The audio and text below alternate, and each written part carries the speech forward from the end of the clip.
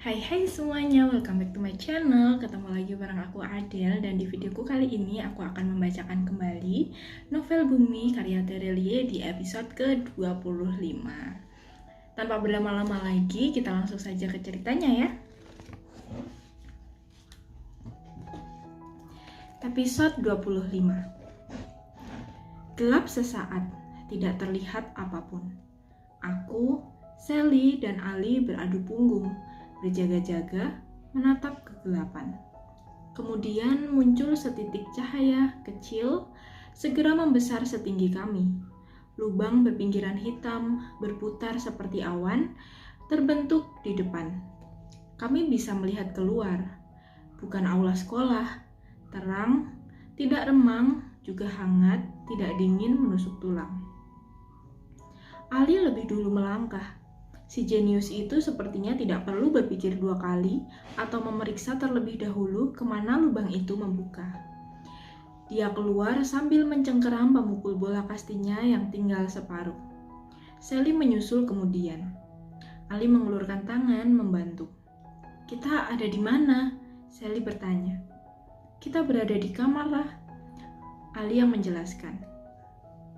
Ali benar, aku mengenali ruangan ini. Kamarku. Lubang di atas lantai mengecil saat kami bertiga sudah lewat. Lantas, lenyap tanpa bekas. Kalau saja situasinya lebih baik, mungkin aku akan merebut pemukul bola kasti Ali, memukul si beang kerok itu. Jelas sekali dia tahu ini kamarku dari alat yang dia pasang. Tapi ada banyak hal yang lebih penting untuk diurus sekarang. Apakah Miss Helena akan baik-baik saja? Sally bertanya cemas. "Aku tidak tahu," jawabku. "Apa yang akan kita lakukan sekarang?" Sally bertanya lagi.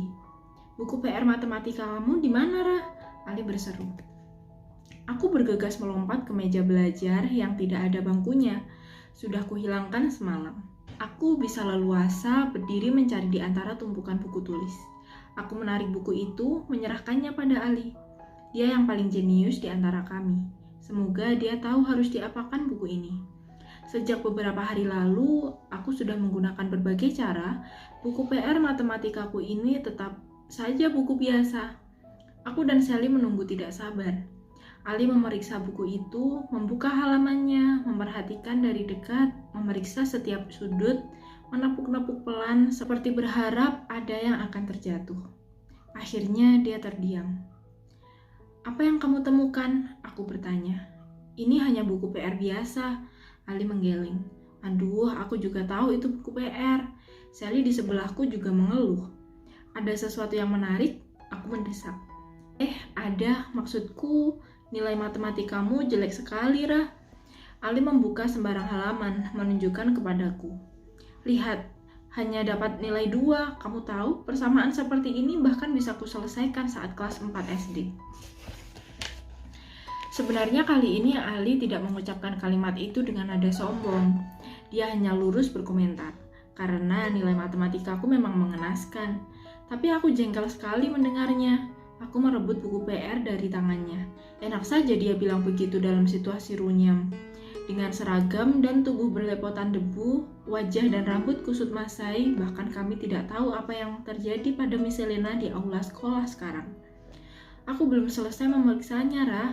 Ali mengangkat bahu, protes. "Kamu tidak memeriksanya," aku menjawab ketus. "Kamu hanya melihat-lihat nilaiku." "Sorry," Ali nyengir. Tapi itu kan juga memeriksa." Maksudku siapa tahu Miss Keriting menaruh kode atau pesan di nilai yang ditulisnya. Aku janji memeriksanya lebih baik." Sally memegang lenganku, mengangguk. "Baiklah," aku menyerahkannya lagi buku PR matematikaku pada Ali. "Kamu sudah mencoba memeriksanya sambil menghilang?" Ali bertanya. "Kembali memeriksa buku PR matematikaku." Aku mengangguk. Tidak ada yang berbeda, tetap buku biasa. Ali menurunkan tas ransel di pundak, mengeluarkan beberapa peralatan. Aku baru tahu bahwa tas besar yang sering dibawa Ali selama ini berisik banyak benda aneh. Dulu murid-murid menebak apa sebenarnya yang dibawa si jenius ini ke sekolah. Setiap pelajaran dia malah disetrap atau diusir dari kelas karena ketinggalan membawa buku. Jadi apa isi tas besarnya? Sally bahkan pernah berbisik, Jangan-jangan si jenius ini merangkap menjadi penjual asongan di sekolah atau pedagang dari pasar loak, membawa dagangannya kemana-mana. Aku dulu tertawa cekikikan mendengarnya. 15 menit mengutak-atik buku itu, mengolesinya dengan sesuatu, memanasinya dengan sesuatu, mencium, menggunakan kaca pembesar.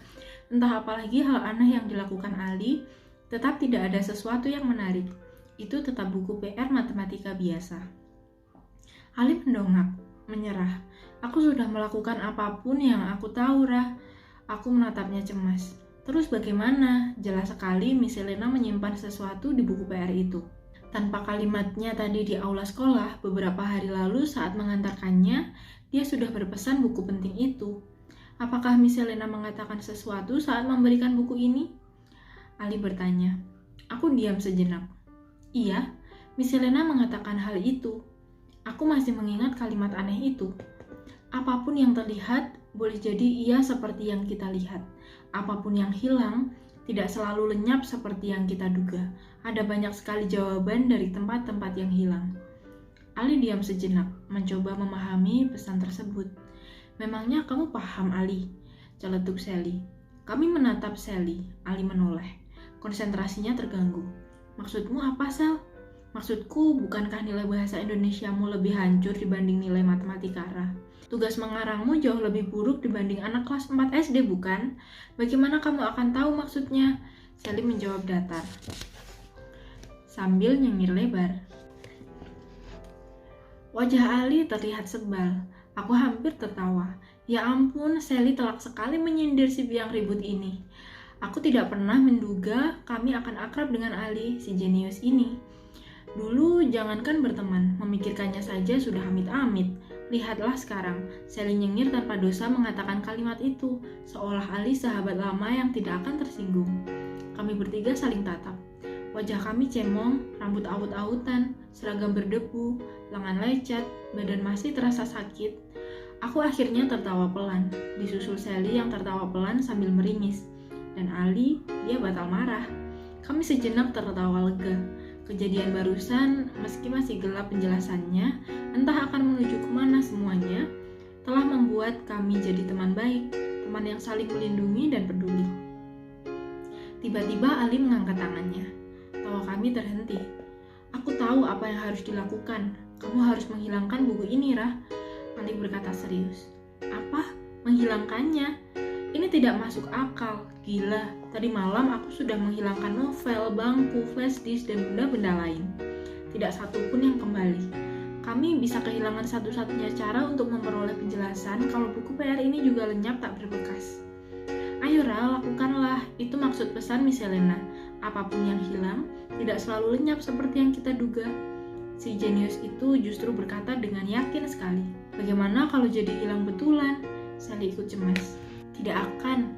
Si tinggi kurus menyebalkan itu di aula juga bilang, Ra tidak akan bisa menghilangkan sesuatu yang sudah hilang di dunia ini. Dahi Ali berkerut. Dia tampak berpikir, itu pasti ada maksudnya bukan? Sesuatu yang sudah hilang. Kita tidak punya cara lain. Kita harus tahu segera apa yang sebenarnya terjadi. Miss Elena, apapun kondisinya, saat ini butuh bantuan. Buku ini bisa memberikan jalan keluar. Aku menelan ludah. Menatap Ali yang sekarang meletakkan buku PR matematikaku di atas meja belajar, mempersilakanku. Baiklah, Ali benar. Aku menatap buku PR itu, mengacungkan jemari, berseru dalam hati, menghilanglah. Buku PR itu lenyap. Aku menahan napas, juga Sally di sebelahku.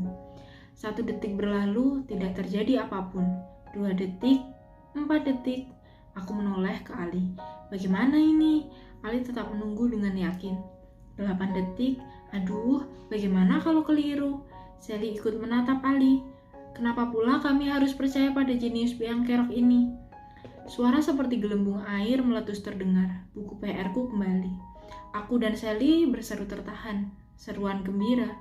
Apa aku bilang? Ali mengepalkan tangan. Buku PR ini pasti muncul lagi. Miss Elena sudah membuat buku PR-mu menjadi benda dari dunia lain. Tidak bisa dihilangkan. Aku menoleh ke Ali. Bagaimana kamu bisa yakin sekali?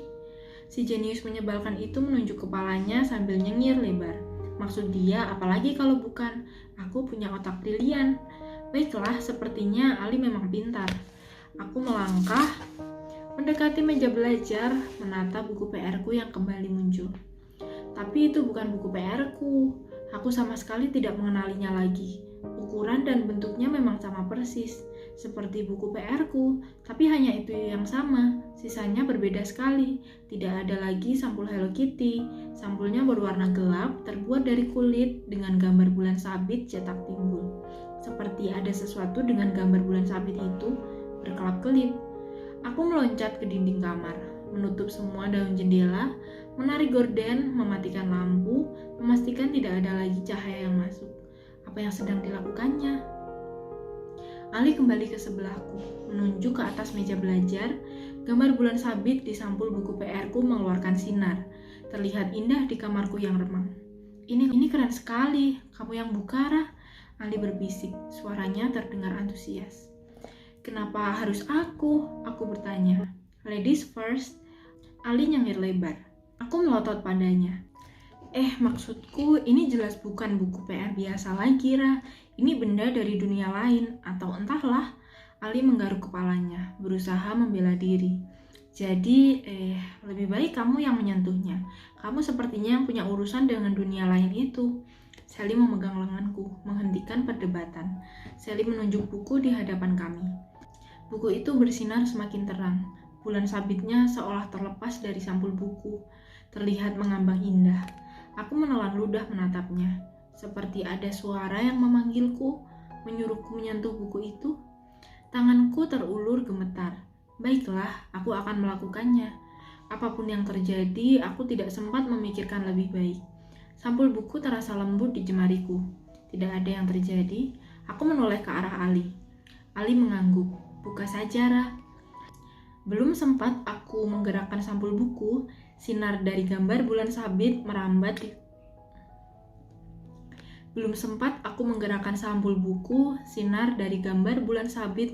ke telapak tanganku, terus naik ke pergelangan tangan, lengan, dan bahu. Aku menahan napas. Sinar itu terasa hangat, dengan cepat menjalar ke seluruh tubuhku dan terakhir tiba di wajahku.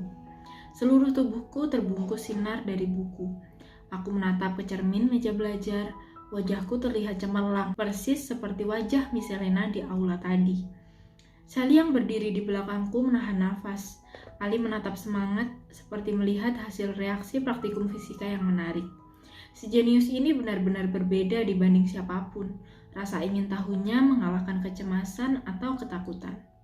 Tidak ada yang hilang. Aku menatap sekitar, memeriksa. Juga tidak ada yang datang. Itu tadi pertanda suara apa? Tetapi tiba-tiba aku berseru tertahan. Astaga, lihatlah, semua di sekitar kami telah berubah. Ini bukan kamarku, bahkan ini entah ruangan apa. Tempat tidurnya menggantung ke dinding. Lampunya berbentuk aneh sekali, menyala terang. Meja, kursi, semuanya berbentuk aneh. Lemari, kalau itu bisa disebut lemari, terbenam ke dinding. Spray dan bantal dipenuhi gambar yang ganjil. Semua terlihat berbeda. Kita ada di mana? Sally ikut memeriksa sekitar, bertanya cemas. Aku menggeleng tidak tahu. Cahaya membalut sekujur tubuhku hilang. Buku PR di atas meja, kini meja itu terlihat aneh sekali. Juga berhenti mengeluarkan sinar, teronggok seperti buku biasa dengan sampul bulan sabit. Sebelum kami sempat menyadari apapun, terdengar suara bercakap-cakap di luar, dengan bahasa yang tidak ku mengerti. Kami bertiga saling tatap. Jelas sekali suara itu menuju ke tempat kami. Pintu berbentuk bulat didorong. Aku belum pernah melihat pintu seaneh itu. 3 orang melangkah masuk ke dalam ruangan. 2 orang dewasa setengah baya, dan 1 lagi anak laki-laki berusia 4 tahun. Mereka mengenakan baju gelap yang ganjil. Si kecil terlihat menguap, memeluk boneka yang lagi-lagi berbentuk aneh.